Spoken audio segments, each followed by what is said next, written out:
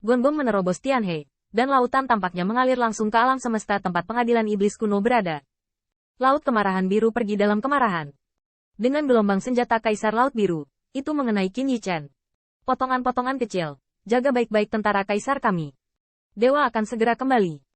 Jin Wu Hao Huang mengambil jiwa Kaisar Bihai dan laut yang sangat jahat, dan retakan ruang waktu perlahan menghilang, dan kura-kura tua itu melambaikan kaki depannya. Yang mulia, datanglah bermain ketika Anda punya waktu. Pada saat ini, hanya Kaisar dan Permaisuri yang berdiri di tempatnya. Senior ingin meninggalkan istana ini dengan tangan kosong. Penyu tua menamparkan haha. Apa kata-kata yang dikatakan Permaisuri? Sekarang seluruh dunia didominasi oleh Yang Mulia dan Permaisuri. Bagaimana Anda bisa kembali dengan tangan kosong? Permaisuri mengepalkan tinjunya dengan erat, dan jubah kepala Wan Feng melonjak, tetapi dia tidak bisa bergerak. Meskipun ia tahu bahwa kura-kura tua ini dianggap sebagai yang paling pengecut dan terlemah oleh yang terkuat di alam semesta, bahkan menyebutnya kura-kura dengan kepala yang menciut. Namun, kekuatan kura-kura tua ini masih sangat kuat. Yang paling penting adalah Permaisuri sudah merasakan bahwa nafas Huasu perlahan datang. Kura-kura tua ini jelas sekali menyelamatkan omong kosong kecil ini. Permaisuri berteriak dengan marah. Wan Feng menggelengkan kepala jubah dewa. Lain-lain, kali ini kamu meramal, tapi lain kali, kamu tidak akan beruntung. Qin Yichen mengepalkan tinjunya dan matanya merah. Kali ini, dia sangat diburu. Tapi tidak peduli Permaisuri, atau Lilin 9 Yin, mereka semua pergi dengan selamat. Dan mereka dipukuli dengan sangat kejam. Bahkan kepergian jiwa Kaisar Bihai menyebabkan safir biru pada tentara Kaisar Bihai menghilang, yang tampaknya membuat ujung senjata Kaisar Bihai sangat malu. Kali ini, wilayahmu tinggi. Tapi lain kali kamu bertemu, kamu tidak memenuhi syarat untuk menjadi begitu merajalela. Kaisar. Hanya Kaisar. Perlakukan aku sebagai Kaisar. Baik itu Raja Surgawi atau Kaisar Raksasa. Lihat satu. Bunuh satu. Apa yang Anda katakan mungkin tidak lagi kejam.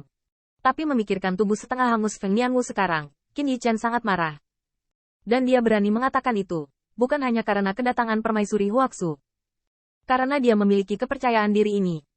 Ketika kekuatannya selesai dan Kaisar menjadi Kaisar, dia akan naik ke atas langit dan Raja yang memilih bintang. Dia akan membunuh satu persatu. Namun, Permaisuri menolaknya. Tetapi sebelum pergi, dia menatap kura-kura tua itu dengan dingin. Kura-kura tua itu mengecilkan lehernya karena ketakutan. Setelah Permaisuri pergi, dia sepertinya mengejar tamunya dan berkata, "Baik nak, jika nyawamu diselamatkan, cepatlah kembali. Sebelum kekuatanmu, jangan banyak bicara."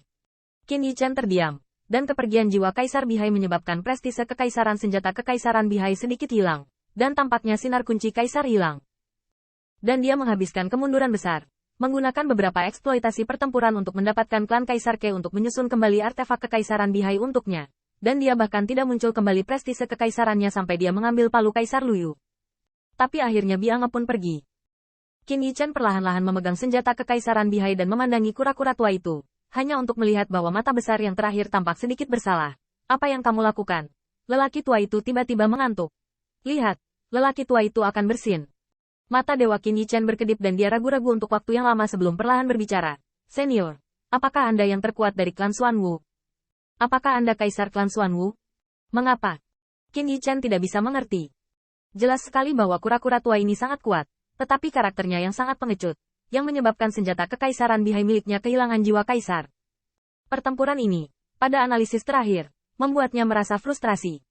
Namun, ketika kura-kura tua mendengar 3 kata dari suku Xuanwu, tubuhnya yang besar bergetar seolah-olah disambar petir, dan tsunami menyebabkan Qin Yichen dan kelimanya terbang mundur.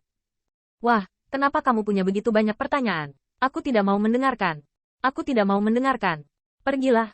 Ini tempatku." Hal yang sama berlaku untuk 2 tetua umat manusia. Setelah mengambil kata-kata Qin Yichen, "Senior, Anda jelas tahu Nenek Huaxu. Mengapa Anda menghindarinya?" "Sun Be, kedua ras kita adalah sesama dai untuk semua generasi. Senior, kenapa kamu di sini? Apa kesulitanmu?"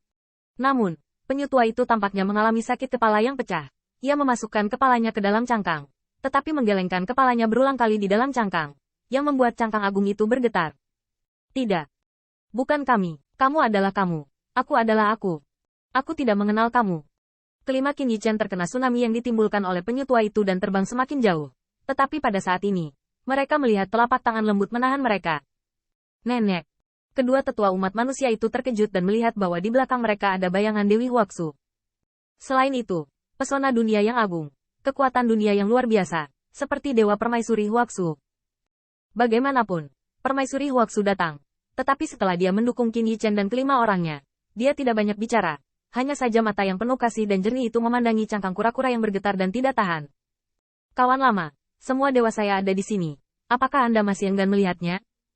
Huaxu. Butuh waktu lama untuk melihat kepala kura-kura tua itu menjulur ke tepi cangkang kura-kura, namun dia tetap tidak ingin menjulurkan kepalanya, tetapi sepertinya bersembunyi dari kreditor. Aku tidak mengenalmu. Kamu adalah kamu. Aku adalah aku. Kamu, jangan datang. Huasu menggigit bibirnya. Teman lama, kapan kamu ingin bersembunyi? Berapa lama kamu bisa bersembunyi? Hal-hal di tahun ini sudah berakhir. Tidak ada yang akan menyalahkanmu. Kamu bukan salahnya. Namun, tidak peduli bagaimana Huaxu berteriak, penyu tua itu terus bergumam. Seolah-olah dia tidak ingin mengenal Huaxu, apalagi memanggil Huaxu kami. Setelah waktu yang lama, Huasu menghela nafas dan pergi dengan Qin Yichen. Saat dia pergi, Huasu dengan serius berkata, sungguh, tidak ada yang akan menyalahkanmu. Baru setelah Huasu membawa Qin Yichen keluar dari Tianhe, kura-kura tua itu perlahan-lahan menjulurkan kepalanya, tetapi dua baris air mata mengalir dari mata besar itu, dan suaranya menjadi gemetar dan tua. Maaf. Langit di Tianhe masih cerah, tetapi ekspresi Qin Yichen agak rendah. Feng Nianwu memandang Huasu dan tidak bisa menahan diri untuk bertanya, Nenek, siapa senior tua itu? Huasu sepertinya sangat berduka dan menggelengkan kepalanya. Lupakan, dia tidak ingin mengatakannya. Jika aku mengatakannya, itu hanya akan membuatnya semakin enggan untuk bertemu. Masih ada yang harus kulakukan. Situasi klan Huaxu lebih parah dari yang kuharapkan. Kamu bisa melakukannya sendiri. Segera, permaisuri Huaxu berubah menjadi cahaya ilahi dan pergi. Dan permaisuri dan kaisar surgawi juga tidak ada. Tetapi Ke Yuheng menunggu dengan takut di Tianhe. Tianxing, kamu baik-baik saja? Qin Yichen menggelengkan kepalanya. Tetapi ketika dia mengungkapkan artefak kaisar laut biru yang telah kehilangan safir biru, Ke Yuheng tidak bisa membantu tetapi gemetar dalam diam. Biarkan laut kemarahan biru kabur. Feng Nianwu juga mengerutkan kening dan menatap Tiang Xuan Ke. Saudara Tiang Xuan, lelaki tua di dasar sungai Tianhe. Pernahkah kamu mengetahui legendanya?